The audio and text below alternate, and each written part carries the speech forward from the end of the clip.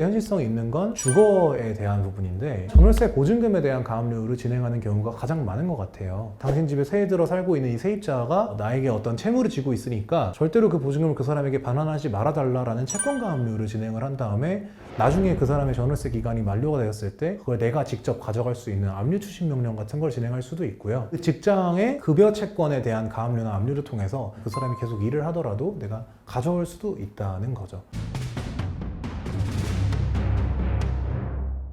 네, 안녕하세요. 변호의 정석 장현우 변호사입니다. 또 정서 민감인 이슈가 엄청 많잖아요. 양육비임, 이공시상분할 이런 얘기 많은데 또 혼인 빈자 감염죄도 언급이 있었더라고요. 그럼 그 비슷한 맥락에서 여자 측에서 교제나 결혼 목적으로 해가지고 금전을 편취하려고 한다, 이런 표현이 좀 있던가요? 그걸 이제 뭐 로맨스 스캠이라고 얘기를 많이 하는데, 많은 로맨스 스캠은 사실 뭐 인스타 가계정이나 뭐 텔레그램 이런 걸로 내가 외국에 있는 사람이다라고 해서 너를 보러 한국에 가기 위해서 난 돈이 필요해, 이런 얘기를 하면서 $1,000, $2,000를 보내달라 이런 식으로 거짓말하는 경우도 있는가 하면, 실제 현실에서 이성에게 접근을 해서 그 사람의 재산을 다 털어먹고 이런 경우들이 많이 일어나고 있어요. 이 사기죄라는 게 뭐 10년 이하의 유기징역 등에 처한다고 규정이 되어 있는데, 이런 로맨스 스캠이랑 연결된 경우는 공범들이 이제 있는 경우가 굉장히 많아요. 예를 들면 본인 명의 계좌로 돈을 받았다가는 나중에 가압류를 당한다거나 돈을 토해내야 될 것 같으니까 내 가족이나 친구 명의 계좌로 돈을 이렇게 대신 받는 거죠. 그러면 이렇게 계좌를 빌려준 사람만 되더라도 사기 공범이 되거든요. 이러한 사기 범행을 인식하고 있는 상태에서 돈을 받기에 용이하도록 범행에 조력하였다, 명의를 빌려줬다, 계좌를 빌려줬다, 이런 식으로 사기 방조죄 처벌을 받는 경우도 많습니다. 저는 이렇게 실제로 계좌를 빌려준 경우에 빌린 계좌를 가압류하고 계좌 명의자까지 사기방조와 전자금융거래법 위반죄, 통장대여 이런 걸로 고소했던 적이 굉장히 많은데, 최근에 사기꾼에게 돈이 없더라도 명의자가 공동불법행위를 저질렀기 때문에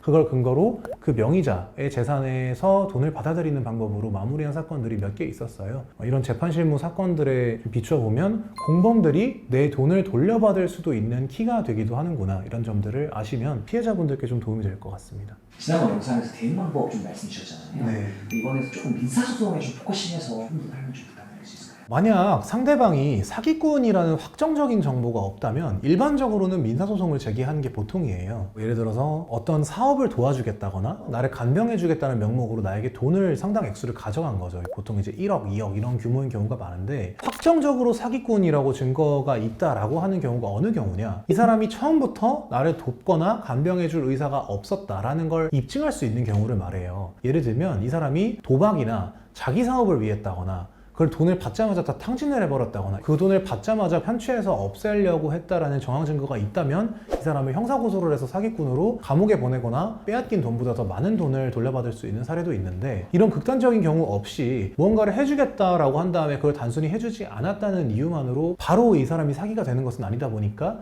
민사소송을 제기를 하셔야 될 수밖에 없는 경우들도 많아요. 그러면 그런 확정 판결을 받게 되면 내가 승소 판결을 기반으로 해서 그 사람에 대한 재산 명시를 신청한다거나, 채무불이행자 명부에 등재시킨다거나, 재산 조회를 했더니 재산이 있었다, 그러면 그 재산에 대해서 경매를 한다거나 압류를 한다거나 해서 돈을 갖고 올 수도 있겠죠.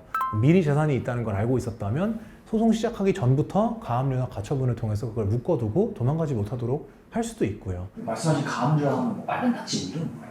유체동산 가압류는 이제 집에 있는 밥솥이나 에어컨 같은 데 동산에 이렇게 가압류를 한다고 하는 게 큰 의미가 있는 경우가 없어요. 왜냐면 그게 이제 푼돈밖에 안 나오다 보니까. 더 이제 현실성이 있는 건 주거에 대한 부분인데, 부동산을 자가로 갖고 있는 사람 많이 없더라도 어딘가 살긴 살아야 되니까 전세든 월세든 살고 있단 말이에요. 그러면 전월세 보증금에 대한 가압류를 진행하는 경우가 가장 많은 것 같아요. 예를 들면 이 사람의 등기부를 떼보고 이 사람은 자가가 아니면 그 집주인을 상대로 당신 집에 새해 들어 살고 있는 이 세입자가 나에게 어떤 채무를 지고 있으니까 절대로 그 보증금을 그 사람에게 반환하지 말아달라라는 채권 가압류를 진행을 한 다음에 나중에 그 사람의 전월세 기간이 만료가 되었을 때 그걸 내가 직접 가져갈 수 있는 압류 추심 명령 같은 걸 진행할 수도 있고요. 상대방이 급여를 받고 있는 근로소득자다, 그러면 그 직장의 급여 채권에 대한 가압류나 압류를 통해서 그 사람이 계속 일을 하더라도 내가 가져올 수도 있다는 거죠. 그런데 이제 집도 없고 전세도 없고 월세 보증금이 예를 들어 300만 원짜리 조그마한 원룸에 살고 있다, 그러면 이제 보증금도 어렵고 직장이 없다면 급여 채권 가압류도 어렵고, 그러면 결국에는 돈을 받을 수 없는 경우가 있고, 이런 경우는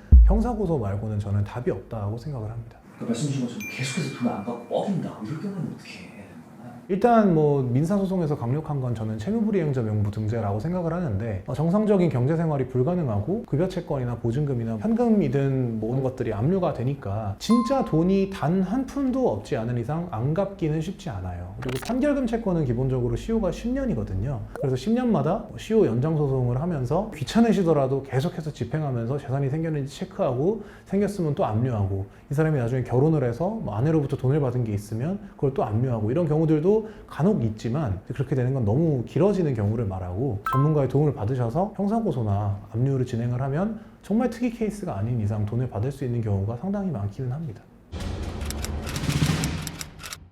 내 돈을 좀 빼앗기신 분들에 대해서 드리고 싶은 말씀은 혼자서 사실 끙끙 앓고 계시더라도 내 돈이 돌아오는 게 아니잖아요. 도움이 필요하시면 전문가의 도력을 받으시는 게 문제 해결에 빠른 해결책이 될 수 있으니까 연락 주시면 제가 직접 상담해 드리겠습니다. 감사합니다.